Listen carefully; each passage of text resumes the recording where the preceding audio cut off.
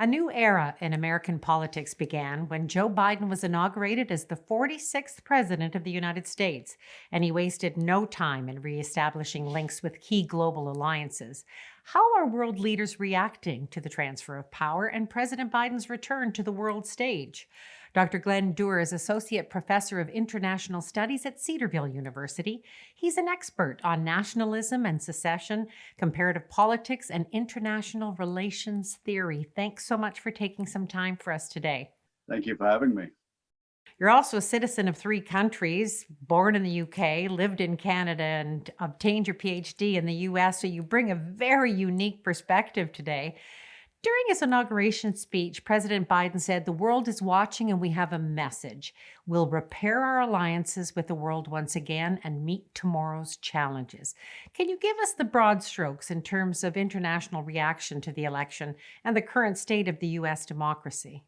Yeah, it's a great question. And when we think about the world writ large, most people, analysts have focused on the traditional alliances. And I think President Biden will do a very nice job of repairing those and reconnecting what has been the traditional relationship with the United States and its historic allies.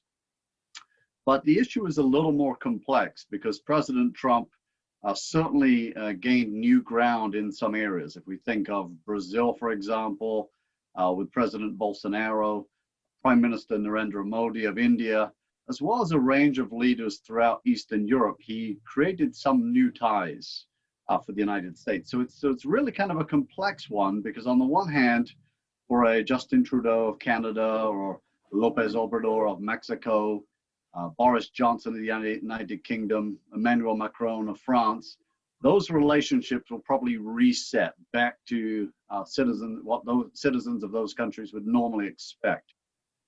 But in terms of some of the bigger relationships out there, Brazil, India, and newer relationships in terms of size of economy and population, those are going to be key for President Biden to pick up and to nurture and to maintain. The danger is ignoring Latin America and Bolsonaro, ignoring swaths of South Asia and Modi. I think there are very good openings with those relationships, but you have to be careful, President Biden, that is, to nurture what has been done by President Trump and try to reassure those that weren't so happy with President Trump, many of the traditional allies. No question he has some challenges ahead, but he wasted no time, as we said off the top. He immediately rejoined the Paris Climate Agreement. He's re-engaging with the World Health Organization, also joining COVAX, the 92-nation collaboration for the equitable distribution of vaccines. How is the international community reacting to America's return to this world stage on major global issues such as these? I mean, he's certainly no stranger. Absolutely. He's had a very long history in politics, and I've been following him for a long period of time. His real skill set is the relationship. He's very, very good at working across the aisle, working relationships. He tends to be less big picture. He tends to be less, and I don't mean this pejoratively, as an intellectual, as a philosopher in that sense. He's very hands-on, very traditional in terms of his working. So in terms of the view towards international organizations, it really depends upon the person and on the political party. There are many on the political right that have a deep skepticism towards international organizations and really have a level of concern of the US rejoining or a dismissive nature as well. For many in the political center, political left that tend to be more supportive generally of international organizations, this has been met well. But of course, with the Paris Climate Agreement, there's been a lot of talk, some very good signatures on paper, but I think a lot of people want action, and so that's going to be a key factor as well. Well, President Trump's motto was America first in his trade policies. How do you think Biden will approach international trade? And how will it impact his worker first agenda? It's going to be very interesting because in some ways, President Biden has taken a page out of President Trump's book. It's not so much the America first, which concerned a lot of allies, but it's also made in America type platform. And there have been some statements already from Canada in particular that it was not unexpected. The first phone call between Prime Minister Trudeau and President Biden was very cordial. But on this issue, there are concerns, especially over the USMCA, what that looks like, but also the Buy American provisions. And so for President Biden, I think he's really paying attention to a lot of disaffected workers, especially in the Midwest, who flocked heavily towards President Trump in 2016, and to many degrees stayed with him in 2020, increasing his numbers quite significantly. And so given President Biden's history and background, especially in Pennsylvania, but then going into Delaware, I think he's acutely aware of some of the struggles in the Midwest and the challenges of raising the median household income, for example, raising wages, things of this type of nature. So the other one really is also the United Kingdom, now having Brexited from the European Union, looking for a bilateral trade agreement with the United States. That would be a big deal for and win for Prime Minister Boris Johnson.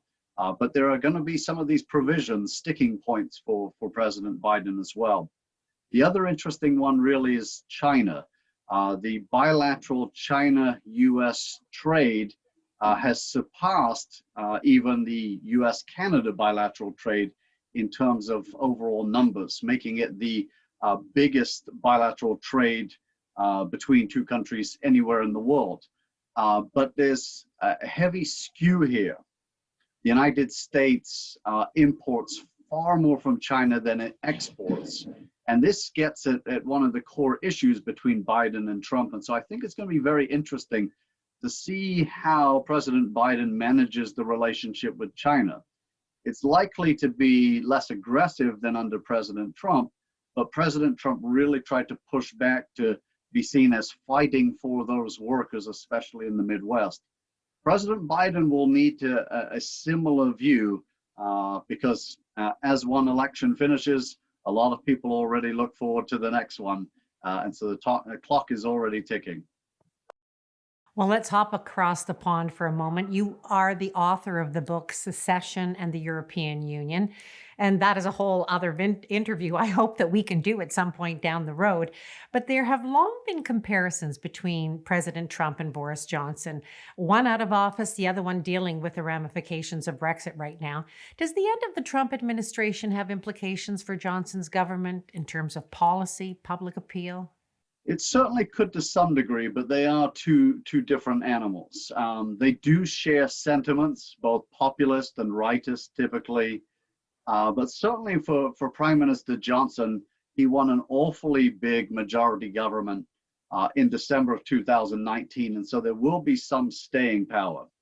The challenge for him is that the Conservative Party has been in power since 2010 with David Cameron's minority government that became a coalition with the Liberal Democrats. And so at some point, like in many democracies, there's a level of fatigue when one political party has been in power for a significant amount of time. And so that's going to be a big issue for Boris Johnson. Plus, I think in Keir Starmer, the leader of the opposition, the Labour Party, he's a much more centrist, moderate appeal type of a politician than Jeremy Corbyn, his predecessor. And so I think he'll face a much deeper challenge. And so I think a lot really depends on Brexit, how it plays out. There are some communities that have a real fear that they've been sold out by the Johnson government. So we'll have to wait and see how those go and what Brexit actually looks like in place. The other key will be moving through the COVID period, as well as the COVID recession. If Johnson is able to manage the economy well, if he's able to put the right measures in place, then I think he stands a good chance of enduring as prime minister. But of course, if the recession continues, or if there's some form of double dip recession that hits now and then a few years down the line, I think it spells real trouble for Johnson, especially with an upstart Keir Starmer facing off against him with prime minister's question time regularly. Well, back closer to home and very quickly from reining in the devastating effects of the pandemic to the economy to building unity, President Biden is facing enormous challenges. What would you say is the biggest hurdle he needs to overcome? During his inaugural speech, I thought it was very interesting because he laid out four crises that are happening simultaneously. And so I certainly think when it comes to racial justice issues, as well as the coronavirus, the health issue, he mentioned climate change and the environment heavily. I think that's going to be a very central component of his administration. On the foreign front, as I mentioned earlier, really the relationship with China is going to be the big one. President Xi Jinping, or Secretary General Xi Jinping of China, has been very quiet about the whole election cycle. And in fact, it took several weeks for China, any Chinese government official, to say anything about the election. In the end, it ended up being a mid-level foreign policy bureaucrat that said, okay, congratulations to Biden. But the other one too is with the storming of the Capitol, the riotous mob on January 6th. The Chinese media was all over that in terms of parallels with Hong Kong, trying to draw out distinctions between the two. And so I think this is going to be a tumultuous relationship. There's already been a little bit of a test. China sent 12 aircraft over Taiwan in recent days. I'm sure there'll be a test in the South China Sea. So how President Biden manages that relationship with China, I think is going to be a very big test on the foreign scene. Dr. Duerr, thank you so much for sharing your very unique perspective on President Joe Biden's return to the world stage. We really appreciate your time today.